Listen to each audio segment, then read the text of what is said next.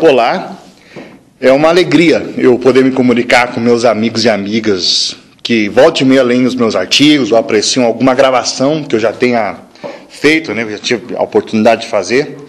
Eu agradeço do mais profundo do meu coração, né? Eu peço que você me acompanhe mais uma vez por uma reflexão sobre um tema que infelizmente é bastante polêmico. Eu quero falar aqui a respeito do uso de canções de autores cristãos que não estão em plena comunhão com a Igreja Católica. Esse tema aí, na verdade, já me fez sofrer muito. Lá pelo ano de 2008, 2009, eu travei uma verdadeira cruzada por causa desse tema. Eu me arrependo muito, mas muito mesmo, por ter agido do jeito que eu agi. Eu me arrependo. E me arrependo por dois motivos. Primeiro, porque esse tema é periférico demais. Eu gastei energias, acabei sendo até rotulado de crente demais por causa disso. Eu me arrependo, porque eu deveria ter simplesmente esperado, silenciado. Eu aprendi que a verdade ela precisa ser falada sempre, mas com pedagogia adequada, esperando os tempos e os momentos certos para cada coisa. Deus mesmo agiu assim com o povo de Israel, não é verdade? Deus não revelou tudo de uma vez, foi falando aos poucos. Eu queria a ferro e fogo que todo mundo entendesse a verdade sobre esse tema, mas tudo tem seu tempo, tudo tem o seu momento. Um segundo motivo pelo qual eu me arrependo é porque, infelizmente, eu devia ter percebido que eu não contava com um ambiente adequado para falar a verdade sobre esse tema. Por que eu não contava com um ambiente adequado? É simples. Sempre que há posicionamento contrário dentro da igreja, nós temos como recorrer a bispos, padres, a magistério, para que eles sejam um critério definidor da verdade, né? Por mais que eu demonstrasse e argumentasse com citações bíblicas e com documentos da igreja, eu era apenas a voz de um guri. E nada mais. Quem eram as pessoas que podiam de verdade resolver a situação e dizer a verdade é essa? Os meus coordenadores da renovação de então, eles podiam. Eu estava, contudo, num ambiente inadequado para travar essa batalha, porque, infelizmente, os meus coordenadores eram pessoas que não tinham coragem de se indispor, se fosse necessário, para assumir o partido da verdade sobre esse tema aí. É a tal da prudência, que muitas vezes não é nada mais, nada menos que covardia revestida. Enfim, por causa de um tema periférico como esse, eu acabei criando inimizades naquela época, e fui até taxado de pentecostal demais, crente demais. Realmente, o tema não valia tanto a pena para eu passar por esse tipo de coisa. Foi erro meu. Alguns anos se passaram, contudo, e coordenações passaram também. Eu tive a oportunidade de me reconciliar com grande parte das pessoas com as quais eu me dispus na época. Eu acredito que agora eu posso retomar o tema com mais paz, sem desejar também travar uma batalha épica por causa dele. Nós estamos em tempos oportunos, eu acredito, né? Nós estamos agora em tempos de Papa Francisco. O cardeal primaz da Argentina, o Jorge Mário Bergoglio, que casualmente veio a ser o Papa Francisco, é aquele mesmo camarada que em 2006 participou do encontro de oração entre católicos, carismáticos e evangélicos pentecostais, lá na cidade de Buenos Aires. Aliás, nesse encontro, estavam presentes o Frei Raniero Cantalamessa, que prega retiros a muitas comunidades evangélicas, o pastor Jorge Mitian, que é amigo do Papa Francisco, e que sempre se faz presente nos encontros do Incristos aqui no Brasil, o pastor Marcos Witt, um dos maiores nomes da ministração de louvor evangélica da América Latina, entre outros, né? Eu me recordo que, naquela época, me diziam que não existia diálogo da Igreja Católica com pentecostais, mas só com as igrejas do CONIC. E por mais que eu falasse das coisas como esse encontro da Argentina, parece que entrava por uma orelha e saía pela outra.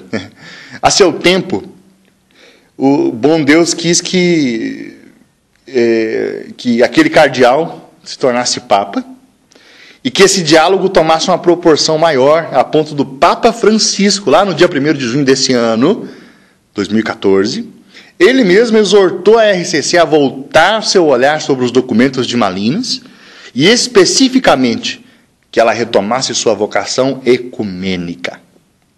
Nós estamos em tempos de Incristos também, né? É verdade que já naquela época o Incristo já existia, mas o tempo foi permitindo que essa belíssima iniciativa de reconciliação entre cristãos começasse a ganhar mais corpo. Eu tive a alegria de participar do último encontro do Em Cristo na Canção Nova. E eu não tenho outra descrição por enquanto senão essa. A alegria do Senhor passeava no nosso meio. Era maravilhoso. Alguns criticam o Em Cristo com o título de falso ecumenismo, encontro para confundir a cabeça do povo e por aí vai. Eu poderia gastar um bom tempo para responder essas coisas, mas basta dizer aos católicos honestos que estão me ouvindo aqui duas coisas. Primeiro, essa não é a opinião do Papa. Ele conhece esse tipo de encontro muito bem e valoriza muito.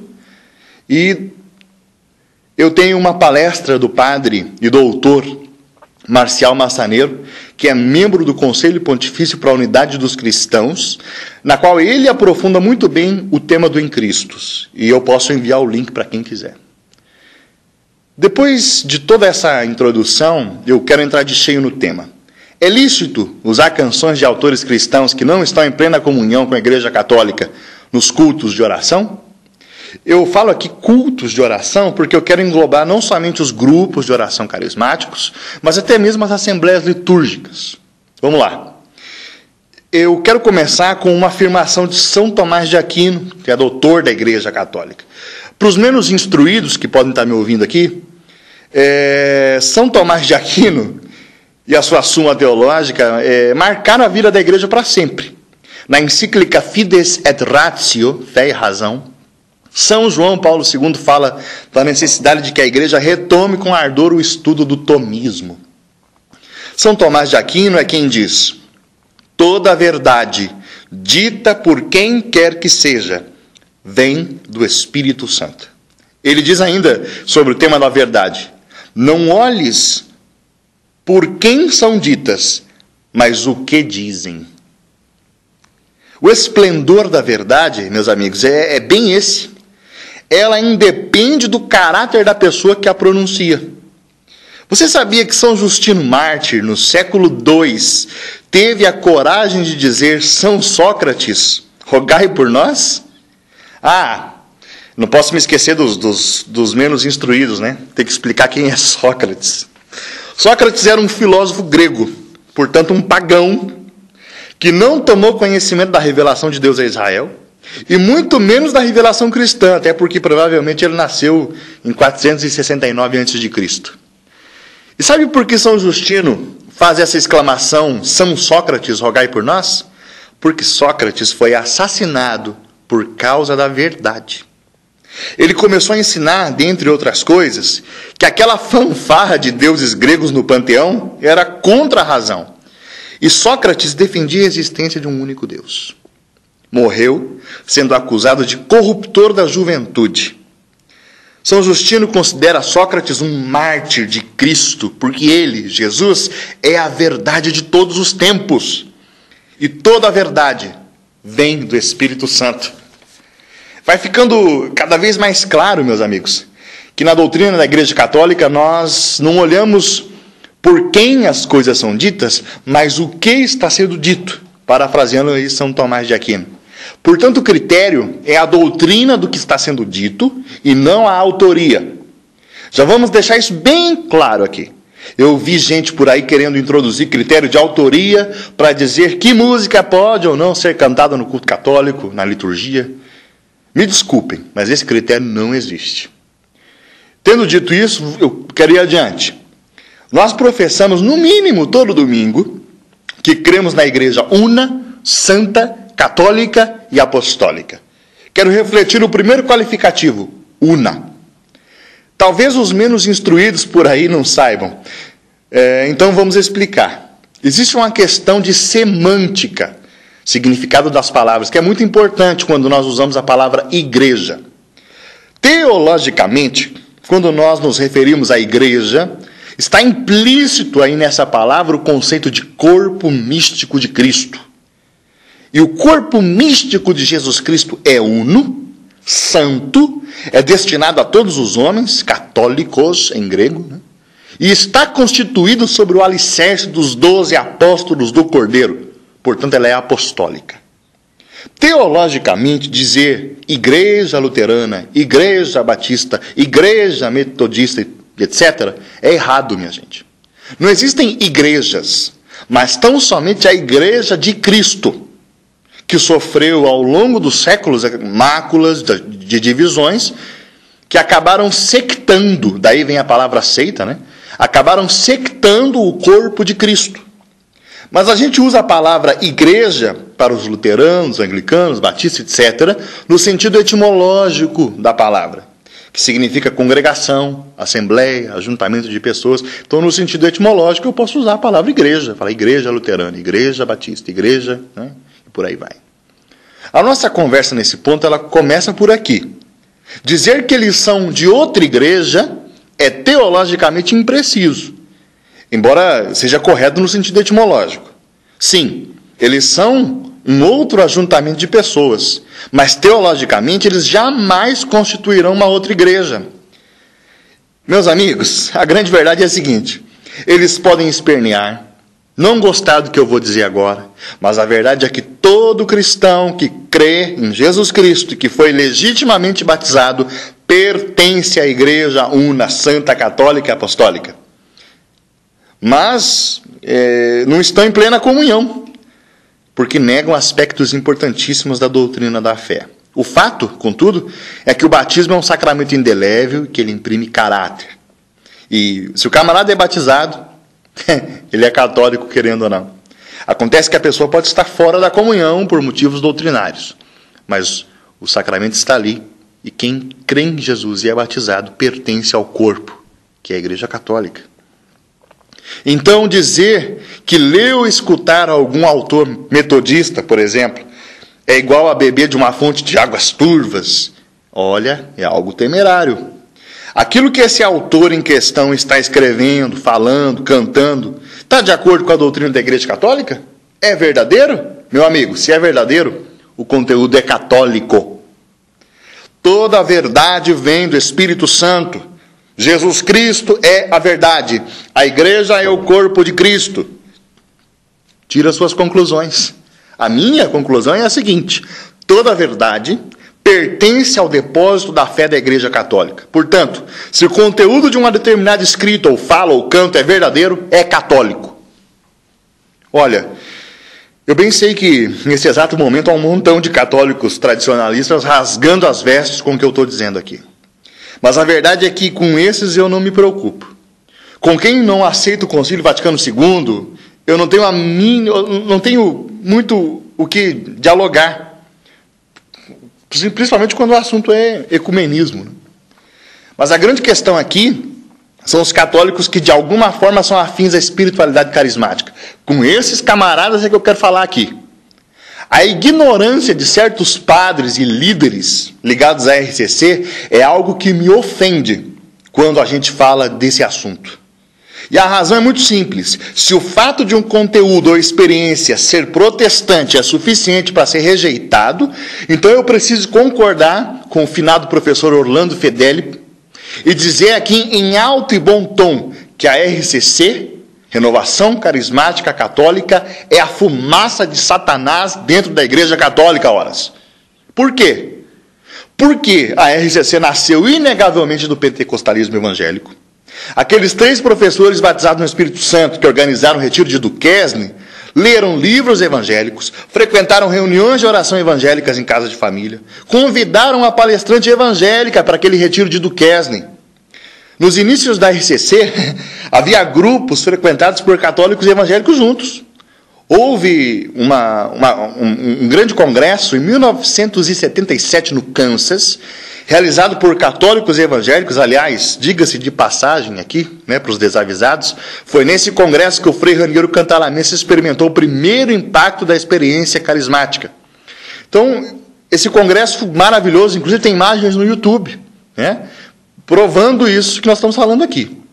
Eu ouvi da boca do padre Eduardo Dougert, do padre Haroldo Ram, de Reinaldo Bezerra, Tatá, que pastores evangélicos eram convidados a pregar nos nossos primeiros congressos e que membros de igrejas evangélicas participavam como conselheiros.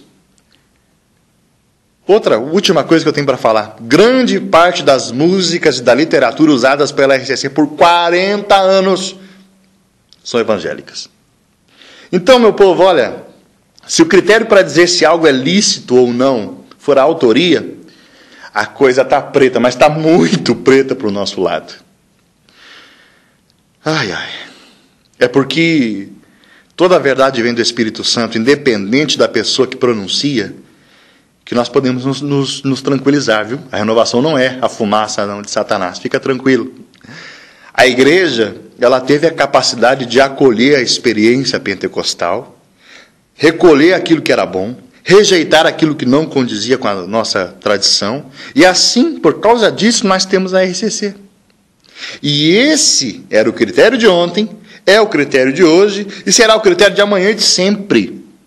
Eu queria ler aqui um pedacinho do parágrafo 4 do documento conciliar Unitatis Redintegratio. Vou ler. Por outro lado, é mister que os católicos reconheçam com alegria e estimem os bens verdadeiramente cristãos, oriundos de um patrimônio comum que se encontram nos irmãos de nós separados. É digno e salutar reconhecer as riquezas de Cristo e as obras de virtude na vida de outros que dão testemunho de Cristo, às vezes até a efusão do sangue. Deus é, com efeito, sempre admirável e digno de admiração em suas obras. Olha aqui a igreja reconhecendo mártires, evangélicos, irmãos separados. Deixa eu continuar a leitura. Nem se passe por alto o fato de que tudo o que a graça do Espírito Santo realiza nos irmãos separados pode também contribuir para a nossa edificação. Você ouviu? Eu vou ler de novo. Documento Unitatis Redintegratio, metade do parágrafo 4. Nem se passe por alto o fato de que tudo o que a graça do Espírito Santo realiza nos irmãos separados pode também contribuir para a nossa edificação.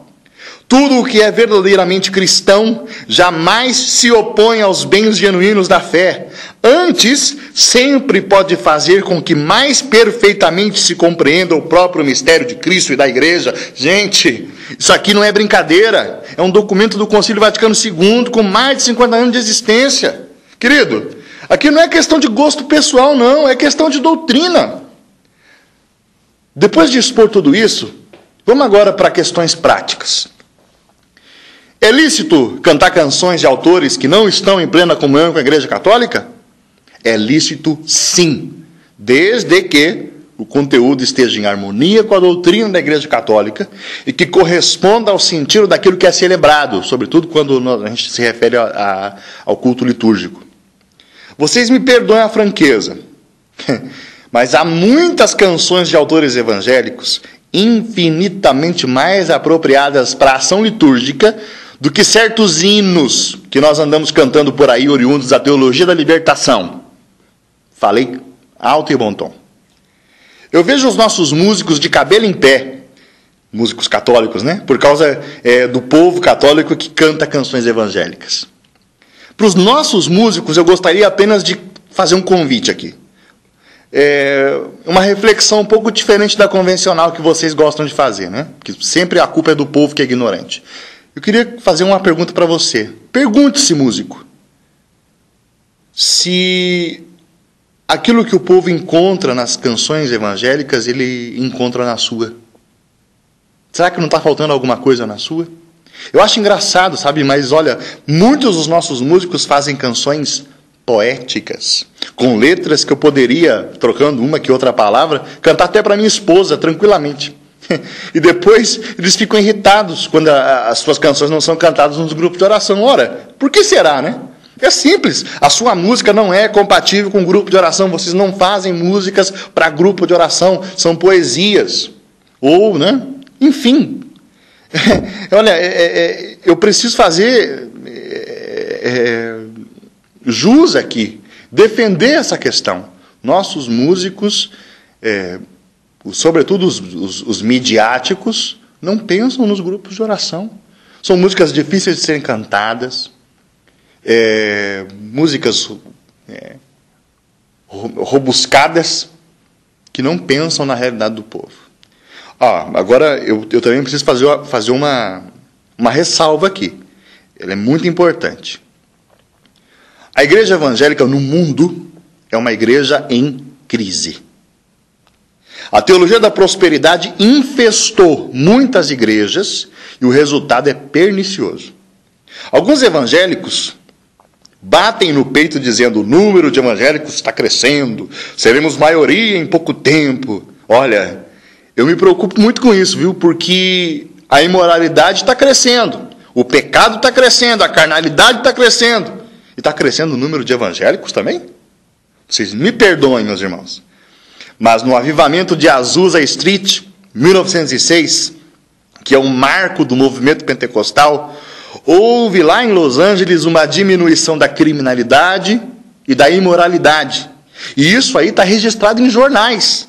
Vocês me perdoem, mas a igreja evangélica que está crescendo é a da prosperidade, aquela que tem o homem no centro e Deus como servo.